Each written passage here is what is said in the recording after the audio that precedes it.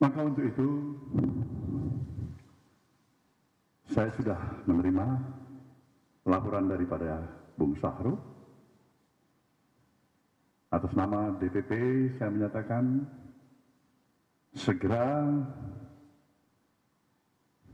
menghadap Presiden, sampaikan surat pengunduran diri sebagai Menteri Pertanian. Agar apa? Agar sekali lagi memberikan penghormatan terhadap upaya penyidikan yang sedang berlangsung terhadap dirinya, agar dia penuh konsentrasi. Dan kita tentu, saya ingin mengajak semuanya kita untuk tetap memberikan ruang penghormatan kita kepada presumption of innocence